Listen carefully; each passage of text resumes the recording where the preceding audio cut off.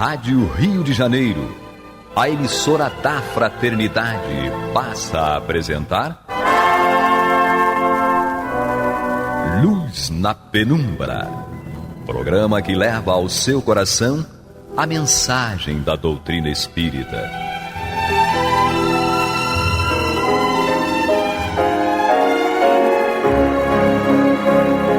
E com vocês, João Batista, para o estudo de O Livro dos Espíritos, da obra codificada por Allan Kardec. Papai do céu nos guarde e nos abençoe. Louvado seja nosso Senhor Jesus Cristo. E que possamos fazer do tempo esta dádiva que a todos nós é dada de maneira igual, um recurso a mais para que a nossa caminhada seja cada dia mais firme e consistente na conquista dos valores espirituais que nos levarão à verdadeira felicidade. Hoje estamos aqui com os nossos expositores. Angélica, meus olhos de safira. Prazer enorme estar aqui de novo. E que seja o estudo, né, a nossa alavanca de progresso. Vocês têm que ver uma coisa, o corte de cabelo que ela vai fazer. Se ela já é bonita, vai ficar deslumbrante, assim, mas não me convenceu ainda da cor. Tudo bem, mas aquele corte eu achei lindo, viu? O corte é muito bonito. Não é? Uma gracinha. Com esse rosto que você tem, vai ficar melhor ainda, viu? Vamos ver. E as covinhas que você tem quando sorri, não é? E a Alessandra também tem covinhas. E então temos aqui também a minha filha Alessandra. Olá, irmãos e irmãs. Muito feliz de estar aqui e que o estudo de hoje possa ser muito proveitoso para a nossa evolução. E eu tenho meu irmão Astênio. Cada dia é uma página nova no livro da nossa vida. Detalhe, crianças, a minha filha Alessandra está se tornando uma expert em Bezerra de Menezes, viu? Parece. Estou engatinhando ainda. Mas veja bem. Eu estou só encantada. Veja bem, é melhor... Fique encantada com esse exemplo que ele deu. É um processo de encantamento, né? Não é? Não é melhor ele ficar encantado com Bezerra de Menezes, com Chico Xavier, com Divaldo, com Jesus? Não é? É bom ficar encantado com bons exemplos. Eu já disse, aquela história, a palavra pode encantar, mas o exemplo arrasta. O negócio é esse. Isso é fundamental. Então hoje nós vamos estudar as perguntas 56 e 57 de O Livro dos Espíritos. E aparentemente essas duas perguntas são curtinhas, mas tem material à beça para a gente estudar, considerando que já estudamos anteriormente. A primeira pergunta vai ser formulada e passada para a Angélica, tá bom? A constituição física dos diferentes globos é a mesma? Bom, segundo os espíritos, dizem que não. Eles não se assemelham de forma alguma com a nossa Constituição, né? E aqui existe uma lógica no processo evolutivo, né? Porque quando Deus criou essa dinâmica toda, né? Que é o universo, né? O universo material, o universo inteligente, ele fez de forma gradativa, né? Vamos dizer assim, tem várias características, e a cada característica a gente aproveita experiências. Se a gente for analisar até mesmo no meio aqui na Terra, nós estamos inseridos num meio de ar, né? Oxigênio. Se nos falta o oxigênio, provavelmente a gente não tem como prosseguir com a vida, né? Vai fazer muita falta. Mas nós precisamos também do elemento água. Mas se nós ficarmos inseridos na água, ela não vai nos fazer bem. nós vamos afogar Vamos e não fazer muito vamos. mal, né? Nós vamos afogar e não vamos ter condições de sobrevida. Sem contar que a atmosfera não é só oxigênio, Não, ela tem 70% de nitrogênio. E se nós formos inseridos na Terra, né, na constituição da Terra, a gente também não vai sobreviver, né? Vai faltar justamente o ar, que é o fundamental.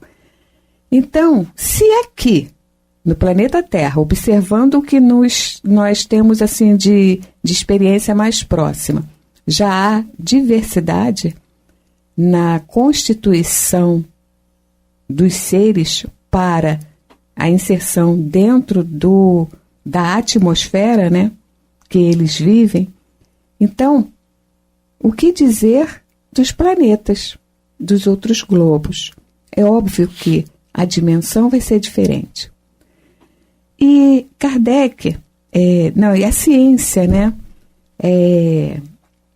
ela ainda não comprovou a existência em outros planetas. Mas a nossa literatura espírita, ela vem sempre nos colocando e nos dando insinuando isso para a gente. Por exemplo, o próprio Kardec, no Livro dos Espíritos, na questão 27, ele já chama atenção para o fluido cósmico. E ele diz assim: quando em vibração dá origem a diversas composições materiais, possibilitando ao mesmo tempo o agrupamento dos átomos que dá origem a corpos materiais maiores. Ou seja, a mudança dos nossos corpos materiais vão estar direcionada à manipulação desse fluido cósmico. Então, ele tem a ver com as nossas necessidades evolutivas e as necessidades evolutivas de cada planeta. Emmanuel também fala sobre que se desenvolve através de... Gente, eu trouxe o texto, mas o texto está tão pequenininho e não, aqui. Emmanuel. Bom, se desenvolve através de inimagináveis graus evolutivos, cabendo-nos reconhecer que, em aludido à pluralidade dos mundos habitados, não se deverá olvidar a gama infinita das vibrações e os estados mútuos desta matéria. Ou seja, Kardec também fala que nós somos um agregado, né, de energia, um agregado que se organiza para se adaptar às condições, né, do planeta que a gente está. Então, querer uma vida em outro, nos nossos moldes, o planeta tem que ser dos nossos moldes. Existe, a ciência já mostrou que naquela galáxia, que na nossa galáxia, onde existe 200 milhões de constelações, existem 6 milhões de planetas próximos, né, com a mesma configuração da Terra. Então, existe sim outros planetas que configuram com o nosso. Porém, a cada a vida que ali brota, ela é compatível com as características do planeta e as possibilidades evolutivas que eles nos oferecem. Muito boa essa explanação da Angélica, bem completa, né? Mas, assim, o que vem, assim, para mim é que Deus é criatividade, né? Deus é diferença, é singularidade, ou seja, não é uniformidade, se a gente for parar para pensar, né? Nessas diferenças que existem. Se fosse uniformidade, não seria criador, né? Isso, cria incessantemente e de forma diversa. Por isso é tão importante respeitarmos as diferenças, até que se manifestam na Terra, né? Porque Deus é isso também, está em toda parte, o tempo todo se manifestando de todas as formas, e muitas vezes a diferença nos aparentaria até como teste para vermos se estamos prontos para amar, né? Essas outras formas divinas que se apresentam para todos nós, né? E só para complementar, fazer mais um adendo, eu retomo aí o título desse subitem, que é A Pluralidade dos Mundos, mais ou menos nessa mesma época, né, do lançamento do Livro dos Espíritos. Foi lançado também um livro chamado A Pluralidade dos Mundos Habitados, por Camille Flammarion, né, amigo de Kardec. Kardec foi leitor dessa obra. Também Victor Hugo, na França, foi leitor dessa obra. Uma obra que fez o Camille Flammarion romper com os astrônomos da época, porque ele estava defendendo justamente essa vida em outros planetas. Né? Então tem essa questão dele ter utilizado esse subitem na mesma época em que esse livro, mais ou menos, tá, foi publicado. Eles eram muito amigos, e tem um livro do Camille Flammarion, que eu até citei no outro estudo aqui, que é Urânia, que é um livro de ficção, é um romance, mas que traz muitos pontos interessantes para refletirmos, né, sobre existências em outros planetas e, inclusive, outras constituições físicas, né, de possibilidade de uma terceira visão, por exemplo. Ele traz nesse livro. Então, não devemos nos assustar com as várias possibilidades existentes, porque Deus é criatividade, né? Sem contar com o fato de que, mesmo dentro dessa diversidade, Deus não derroga nenhuma de suas leis. Tanto que, quando se analisa um astro que esteja a 25 bilhões de anos-luz, ou seja, nós estamos vendo a luz de uma estrela que foi emitida há 25 bilhões de anos, e o nosso instrumento de observação, que não é somente o telescópio óptico, é o telescópio, o radiotelescópio, e também o estudo espectrofotométrico da estrela. Dá para dizer qual é a composição, dá para dizer qual é a massa dela e qual é o volume que ela tem. Por isso que nós conseguimos descobrir astros assim enormes dentro da própria Via Láctea. E é impressionante perceber que obedece a leis matemáticas que foram definidas no século XVII por um homem chamado Isaac Newton, que foi talvez o maior gênio o criador da astrofísica. Até hoje não há como entender as leis da gravitação sem compreender a obra desse sujeito. Ele não foi perfeito, muito pelo contrário. Mas foi um homem que marcou tanto a história que a cátedra dele em Oxford ficou desocupada durante 300 anos.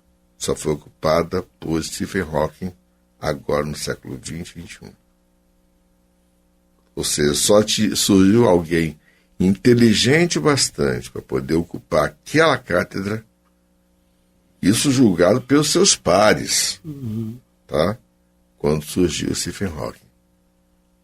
Então, gente, a gente não tem ideia do que seja essa dimensão de conhecimento que a gente está começando. E é interessante que os espíritos nos lançaram a semente disso. Vamos ouvir a nossa vinheta, depois a pergunta seguinte vai ser do Astênio. Você está ouvindo pela Rádio Rio de Janeiro o programa Luz na Penumbra, com estudo de O Livro dos Espíritos, na apresentação de João Batista. Astênio, com a 57. Sim, então, eu queria só retomar rapidamente a 56 para a gente entender melhor a 57, né, porque quando ele fala assim, quando Kardec indaga, a constituição física dos diferentes globos é a mesma, né, do próprio globo, o mundo, né, a constituição física é a mesma, e os espíritos respondem que não, a gente já começa a entender a razão da segunda pergunta e, na verdade, mais ainda da resposta à outra pergunta, que é a 57. Né? Porque nós sabemos, e a Angélica até começou a fazer a introdução nesse tema, que no fluido cósmico universal, o nosso perispírito ele é formado a partir de elementos contidos no fluido cósmico universal de cada mundo. Né? Então, a gente verifica que se o perispírito ele é composto, né, com os elementos existentes no fluido cósmico universal de cada mundo, e é o perispírito também que dá a forma, né, ao corpo físico, a gente verifica então que naturalmente o corpo físico de cada mundo ele tem alguma semelhança com a constituição física do mundo, né? Então, aqui na Terra, se nós pegarmos os nossos corpos e compararmos com uma porção de lama, a gente vai encontrar os mesmos elementos químicos, né? Então, nos outros mundos não é diferente. Então, agora a gente entende melhor a questão 57. Porque Kardec fala assim, não sendo a mesma para todos, né, para todos os mundos, né, a constituição física dos mundos, deve-se concluir que tenham organizações diferentes os seres que os habitam. Então, esse raciocínio que nós acabamos de trazer já nos leva a entender, né, necessariamente as organizações serão diferentes, porque essas organizações, organizações físicas, elas decorrem das organizações perispirituais, e o perispírito é composto com os elementos do fluido cósmico universal de cada mundo, né, que variam ao infinito, tendo em vista essa criatividade divina, né? Então, a pergunta foi, não sendo a mesma para todos a constituição física dos mundos, deve-se concluir que tenham organizações diferentes os seres que os habitam? E a resposta foi categórica, sem dúvida, né? Porque no fundo, isso já foi tratado bastante aqui também, na própria Terra, a constituição, as organizações são muito diferentes, né? O próprio Kardec chama atenção os seres que vivem na água, né? São organizações diferentes, né? A Angélica lembrou, se nós formos jogados na água, nós morremos, né? Então, eu fico morrendo de inveja dos seres que voam. Então a gente vê uma mosca que a gente tá doida para exterminar, mas ela voa, né? E a gente fica pensando, como é que ela... É inveja. Inveja, verdade, né? Sabe? Então são organismos extremamente diferentes, isso observando os organismos no próprio planeta, que, em tese, todos esses organismos foram gerados de elementos do fluido cósmico universal da Terra. Então, se tendo a mesma fonte, que é o mesmo fluido cósmico universal, geram tantos organismos diferentes, imagina com composições diferentes do fluido cósmico universal. Então, a riqueza divina é muito grande. A gente insiste, lamentavelmente, em querer empobrecer, né, a criação divina. Então, a resposta foi, sem dúvida, como entre vós os peixes são feitos para viver na água e os pássaros no ar. Né, e só são dessa forma porque... eles foram feitos para que pudessem viver na água, para que pudessem atravessar o ar, tiveram organizações diferentes das nossas, né? Que nos levam a ficar quase rastejando pelo chão. É interessante observar o seguinte: quando você estuda diversos tipos de ser vivo, você fica impressionado como essa diversidade é rica. Imagina, por exemplo, você ter um animal, um peixe, que é capaz de sobreviver dentro de uma água extremamente poluída, tá? E que, se tiver seca, ele se enterra na lama do rio, ele se reveste de uma secreção que impede que ele desidrate, ele se enterra na lama do rio, até a próxima vez que acontecer alguma chuva. Quando acontecer a chuva, ele volta à vida, ele sai da lama novamente, nada, se reproduz. É lindo, né? Deixa os seus germes no solo, se houver uma nova seca, e assim ele vai sobrevivendo, geração após geração. Gente, isso aqui é no nosso planetinha desse tamaninho. Tá? Nós não temos ideia dos recursos que a criação dá para que as diversas espécies sobrevivam no próprio planeta onde nós vivemos. Imaginemos, por exemplo, um ser capaz de viver na temperatura do planeta Urano, onde a temperatura média é próxima do zero absoluto, aonde o nitrogênio se solidifica.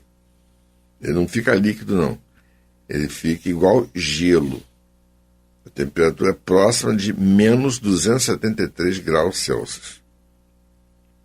Ou seja, 273 graus negativos. Segundo os estudos da física, uma molécula a essa temperatura sequer vibra. Tamanho é o grau de perda de energia que ocorre nessa temperatura. Gente, a gente não tem ideia do que existe à nossa volta. Isso é, digamos assim, vamos para falar assim, aqui pertinho. Tá? Como assim, aqui pertinho? Aqui pertinho no nosso sistema solar. O pessoal fala viagem estelar. Tá? Você tem Guerra nas Estrelas, você tem Jornada nas Estrelas, os filminhos de TV, que parece que o sujeito atravessa de uma estrela para outra como se estivesse indo ali na esquina. Só que, olha, digamos assim, distâncias estelares são, como se fala, são astronômicas mesmo, são coisas assim que a gente não tem noção, a gente não tem ideia do que seja, tá? E quando os autores de ficção científica verdadeira, que não fogem ao conhecimento científico, escrevem, é interessante que Camille Flammarion escreveu com conhecimento científico de seu tempo, mas ele não inventou nada fora de um conhecimento que hoje nós ainda temos. Ele antecipou muita coisa que já estava matematicamente passível de comprovação. E quando nós pensamos nos grandes pensadores, nos grandes cientistas do passado, tá? Não precisa ir muito longe. Eratóstenes mediu o raio da Terra com uma vara e a medição da sombra dessa vara com cálculo trigonométrico. Sabia isso? Eu já ouvi falar. João, o Camille... raciocínio. Desculpe, interrompi. Puro raciocínio. Sim, é só fazer um adendo, né? Que tem outro livro do Camille Flammarion que eu queria deixar aqui a recomendação para o público, que é Deus na Natureza. Né? Esse é bem mais científico, menos romanceado, não é romance, e alguns dizem que ele pode ser chamado até de Deus na ciência, porque ele vai tratar desses aspectos que são encantadores, né, da mecânica divina, que tem uma ordem, como você falou, nessa diferença toda existe uma ordem, né, uma organização. Então esse livro assim, é imperdível, Deus na Natureza. Eu sou fã do romance, né, então por isso que eu fiquei lá com Urânia, porque eu adoro uma ficção. E para quem gosta de estudar isso, nós temos a exobiologia ou a astrobiologia, que é a ciência que está estudando esses aspectos da vida em outros planetas, né? E a NASA, ela possui um instituto astrobiológico e universidades que oferecem programas de graduação em astrobiologia. Eles têm um Instituto SETI, com sede nos Estados Unidos, que é mantido pela NASA, e várias instituições públicas e privadas, cujo objetivo principal é buscar por sinais de inteligência extraterrestre. E, para isso, eles enviam sondas, né, para essas pesquisas, enviam sondas no sistema solar para esse encontro. Dia virá que nós vamos conseguir fazer esses contatos. Quando... Agora, só tem uma coisinha só. Falando a respeito da nossa relação com os espíritos, nós não podemos esquecer que quando oramos, pedindo aos seus espíritos superiores, eles nos respondem pela velocidade do pensamento de lugares que nós sequer imaginaríamos. Vamos refletir a respeito disso, porque a física que nós conhecemos não é a física do plano espiritual. Eles vão ainda muito além. Mas por que nós não aprendemos isso? Simplesmente porque não temos maturidade para isso. Esse é o grande fato. Reflitamos, o Pai do Céu nos guarde, nos abençoe, hoje, agora e para todo sempre. Que louvado seja nosso Senhor Jesus Cristo, e que possamos fazer do tempo, essa dádiva que a todos nós é dada de maneira igual, um recurso a mais para que a nossa caminhada seja mais firme e consistente na conquista dos valores espirituais que nos levarão à verdadeira felicidade. Graças a Deus. Você está ouvindo pela Rádio Rio de Janeiro o programa Luz na Penumbra, com o estudo de O Livro dos Espíritos, na apresentação de João Batista.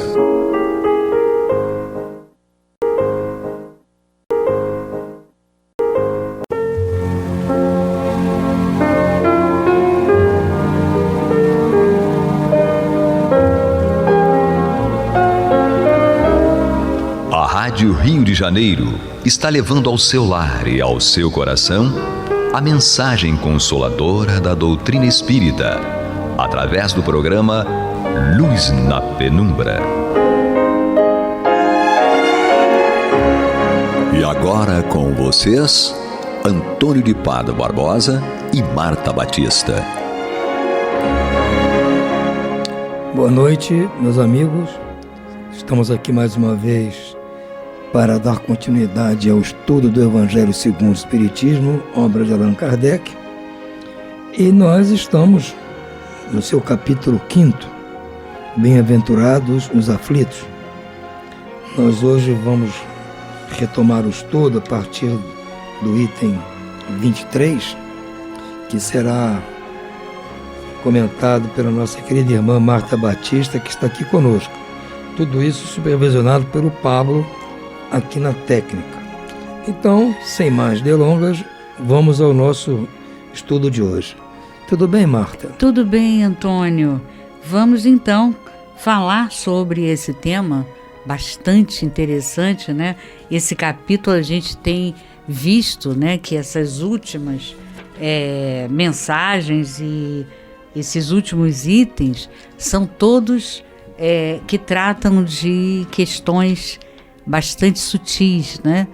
Que nós precisamos nos debruçar nessa reflexão para que a gente consiga transformar, porque todos eles têm como proposta fazer com que a gente saia da visão material para a visão espiritual.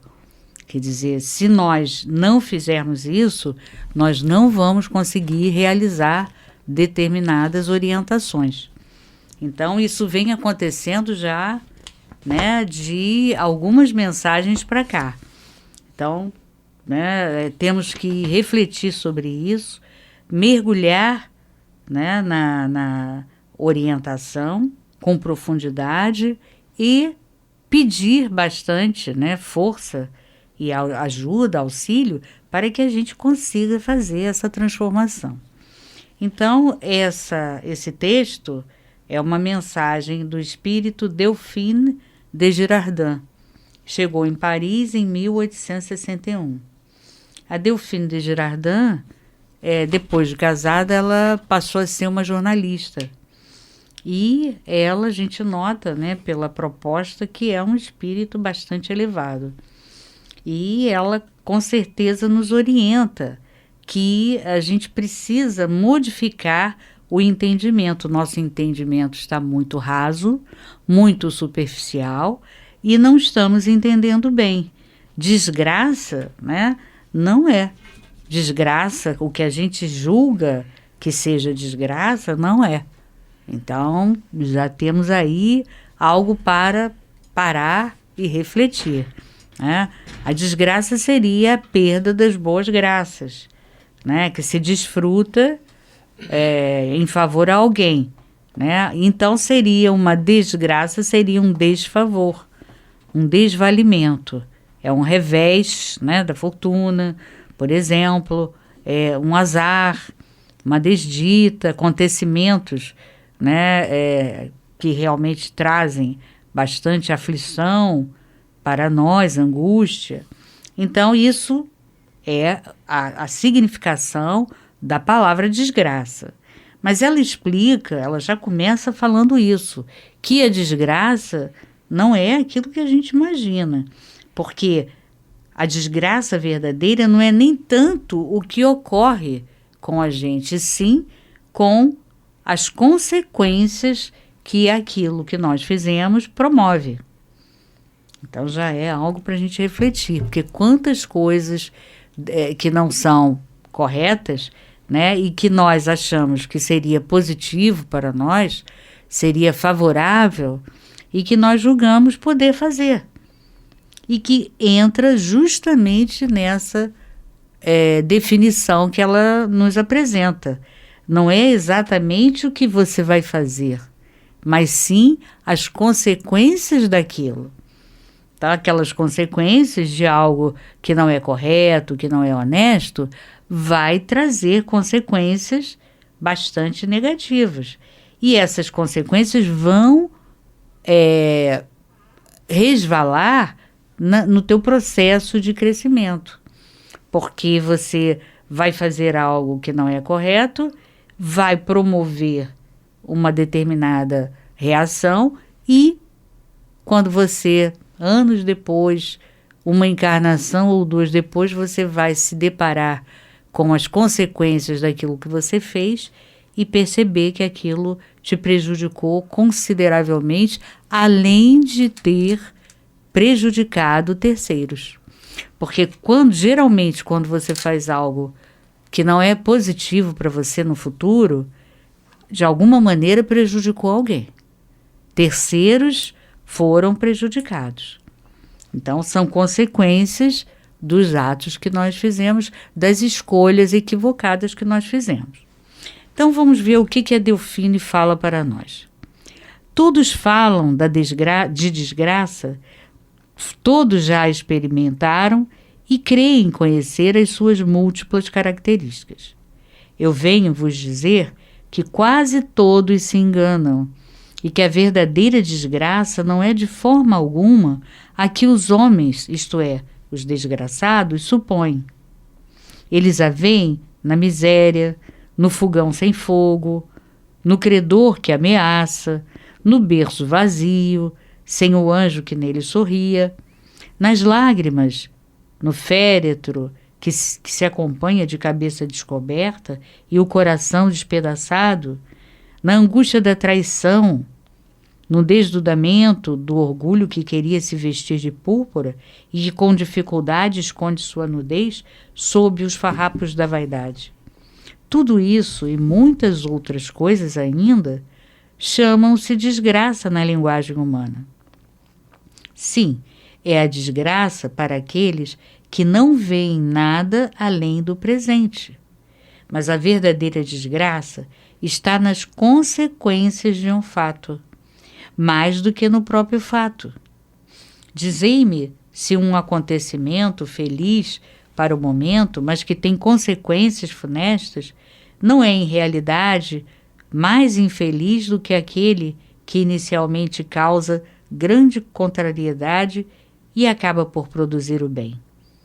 Então é interessante que ela dá um exemplo, né, de uma tempestade que derruba árvores, que acaba com várias casas, enfim. Porém, aquela tempestade acaba por limpar a atmosfera. Então, é o que ela diz, né? Se as consequências, de alguma forma, são positivas, é algo que a gente precisa refletir. Será que isso realmente é uma desgraça? Foi positivo para a grande maioria, né? Para aquele grupo da humanidade, ali daquele local. E, com certeza, então, não é uma desgraça como normalmente a gente pensa que é. Então, vamos aí refletir sobre isso. Né? É aquilo, a consequência é que poderá determinar o que é realmente uma desgraça ou não. E ela, então, termina dizendo, o parágrafo, Dizei-me se a tempestade que despedaça vossas árvores, mas que purifica o ar, dissipando os miasmas insalubres que poderiam causar a morte, não é antes uma felicidade do que uma desgraça. E a gente pode até aplicar também a questão da pandemia, né? A pandemia, aparentemente, não é uma desgraça do ponto de vista material? Sim, mas é como ela diz aqui, né? A tempestade dissipou os miasmas insalubres que poderiam causar a morte. E a pandemia, né? Ela vai causar essa aparente desgraça, porém veio trazer um grande progresso para a ciência. A ciência teve que entrar num processo acelerado de pesquisa para descobrir vacinas que viriam trazer para nós a cura e o respaldo, porque, veja bem, agora nós continuamos e voltamos até ter uma nova onda de pandemia, porém, quase ninguém morre, né? Um número reduzidíssimo de morte, e as pessoas têm o vírus, mas de uma forma suave, leve, né? Então, isso não é positivo, é menos um vírus que era totalmente sem se conhecer, sem se saber, né? Que não tinha um tratamento, e agora a gente tem. Então, sempre quando há uma positividade, não é uma desgraça. A consequência não foi negativa, né? É preciso que a gente também entenda que isso nos ajudou a confiar na ciência. E questões da saúde são pertinentes à ciência, né? Então ela diz isso, né? Que isso poderia causar a morte, não é antes uma felicidade do que uma desgraça? É verdade. Para se julgar um fato, é preciso, pois, ver as suas consequências. É assim que, para analisar o que é realmente bom ou mal para o homem, é preciso que nos transportemos além desta vida, porque é lá que as consequências se fazem sentir. Ora, tudo o que ele chama de desgraça, o homem, né, segundo sua curta visão, cessa com a vida terrena e encontra sua compensação na vida futura. Então, há que fazer uma pausa e refletir. Quer dizer, primeiro, a gente não pode analisar que algo é uma desgraça ou não se você não olhar para frente. Você tem que sair dessa vida atual, da vida presente, e olhar para o futuro. Então, no futuro é que estarão as consequências daquilo que você irá sentir acerca de uma determinada escolha que você fez. Então ela diz que aquilo que nós chamamos de desgraça, segundo uma curta visão, cessa com a vida terrena. Olha que interessante, inclusive é uma consolação que ela nos traz, e a gente nem reflete sobre isso. É verdade, existem tantas questões difíceis quando a gente está aqui na Terra, mas que quando a gente reflete sobre aquela prova, a gente descobre que aquela prova vai cessar quando nós sairmos aqui do plano físico. Ora, ao passo que a verdadeira desgraça vai continuar. Nós vamos chegar no mundo espiritual e estaremos mergulhados naquela dificuldade. Então, essa é uma verdadeira desgraça. Foi algo que a gente fez, teve consequências, e essas consequências estão nos acompanhando na vida espiritual, no futuro da vida espiritual. Quer dizer, isso sim é uma desgraça. Agora, aquelas que terminam, que cessam, quando nós saímos daqui, desencarnamos, não, essa não é uma verdadeira desgraça. Então, é mais um ponto de reflexão e uma consolação também para nós. Quer dizer, a gente reflete, raciocina, e esse raciocínio nos mostra que realmente não é algo tão grave quanto nós pensávamos. Ela segue: vou mostrar-vos a desgraça sob uma nova forma, sob a forma bela e florida que acolheis e desejais com todas as forças de vossas almas iludidas. A desgraça é a alegria, é o prazer, é a fama, é a vã agitação, é a tola satisfação da vaidade, que faz calar a consciência, que reprime a ação do pensamento, que confunde o homem sobre o seu futuro. A desgraça é o ópio do esquecimento que buscais ardentemente. Quer dizer, é preciso que a gente reflita sobre isso, né? Aquilo que nós queremos tanto, que nós buscamos de forma sôfrega, queremos de qualquer maneira, fama, dinheiro, né? Queremos o prazer constante, aquilo que nos traz prazer, a alegria constante. Isso sim, ela diz que é uma coisa que nós buscamos, que tem uma aparência bela, florida, e que essa sim será uma desgraça para nós. Porque enquanto nós vivermos com esta percepção material de que alegria, essa alegria que nós entendemos aqui na Terra, o prazer que nós entendemos aqui na Terra, que geralmente são totalmente materializados, a fama, uma agitação, né? Aquela vida agitada, cheia de compromissos, a tola satisfação da vaidade, isso tudo paralisa a nossa consciência, reprime a ação do nosso pensamento, que poderia estar ali refletindo sobre se realmente aquilo vai nos trazer alegria e felicidade, se vai nos trazer contentamento verdadeiro, ou se aquilo vai se dissipar rapidamente, né? Se você, então é proibido ter essas alegrias, esses contentamentos, né, sob o prisma material? Não, nós estamos aqui na Terra e temos direito de nos divertir, de termos tudo isso, porém, desde que não vejamos nestas coisas algo definitivo, que se não tivermos, não seremos felizes, não. Nós podemos ter, mas não é um meio e não um fim. Então é isso que nós precisamos entender, porque entendendo isso, jamais faremos uma escolha errada que nos trará uma ilusão negativa e que perpetuará com essas consequências funestas no mundo espiritual. Então, agora, para isso é preciso refletir, como ela diz, né? E isso tudo, se você exagerar, ela vai criar uma acomodação de tal forma que você fica paralisado e não percebe as coisas, não raciocina e não consegue, então, entender que aquilo que você percebe como algo negativo vai ser positivo para você. E o inverso também.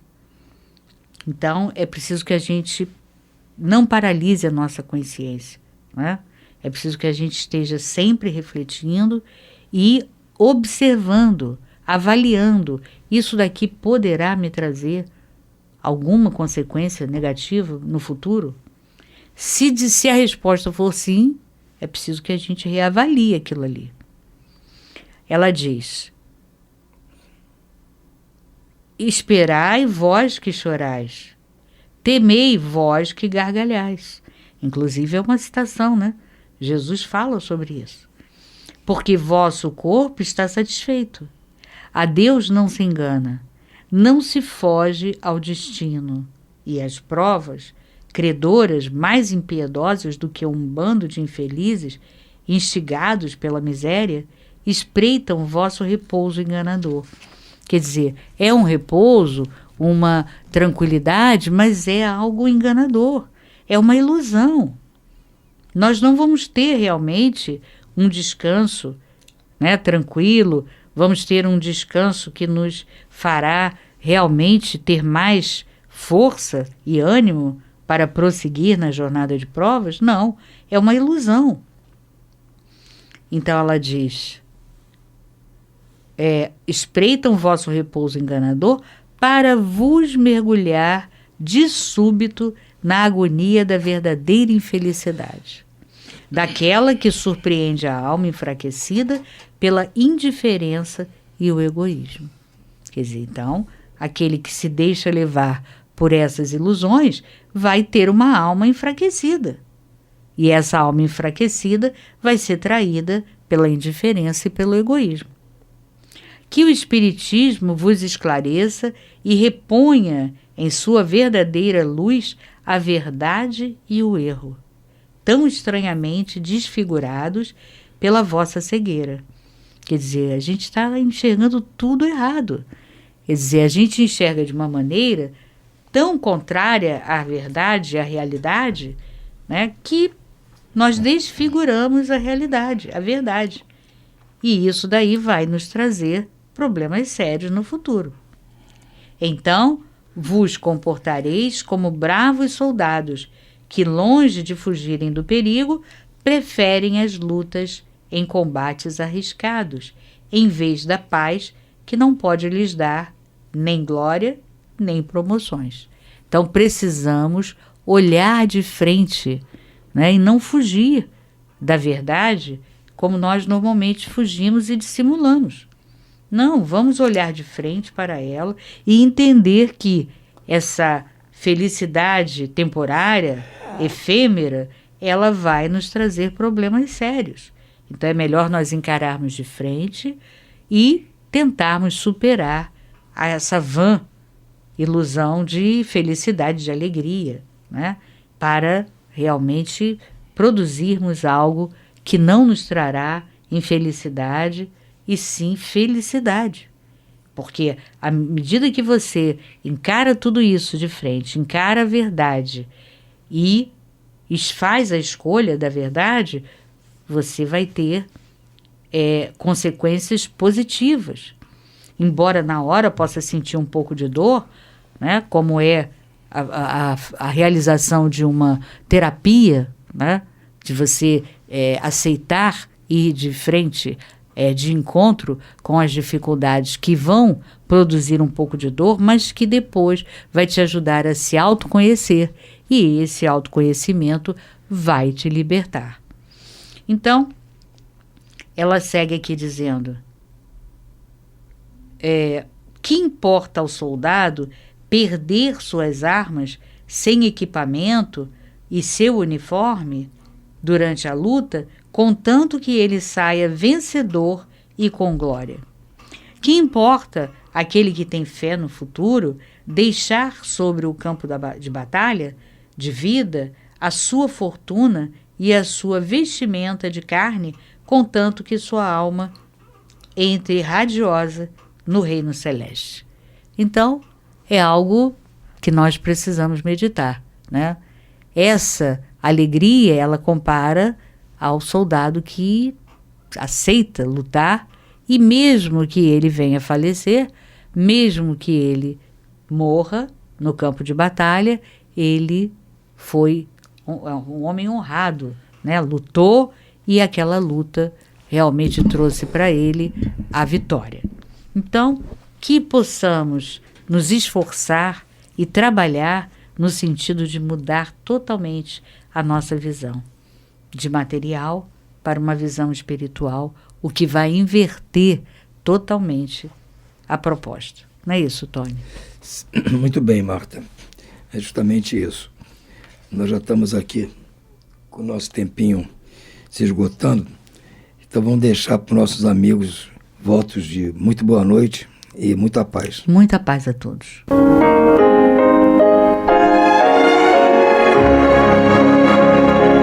E vamos ouvir agora a prece de encerramento de nosso programa, na voz de Geraldo de Aquino.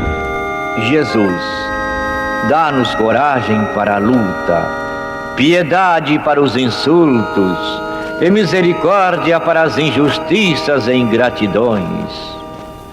Limpa nossa alma de inveja e ambições mesquinhas, de ódio e de vingança o nosso caminho. E que dentro em pouco, ao recolher-nos de novo ao calor do nosso leito, para que o sono nos dê a paz e o esquecimento das tristezas humanas, possamos sentir, Senhor, no mais íntimo de nosso ser, a doçura indefinível do Teu amor e a grandeza incomparável da Tua divina presença. Que assim seja.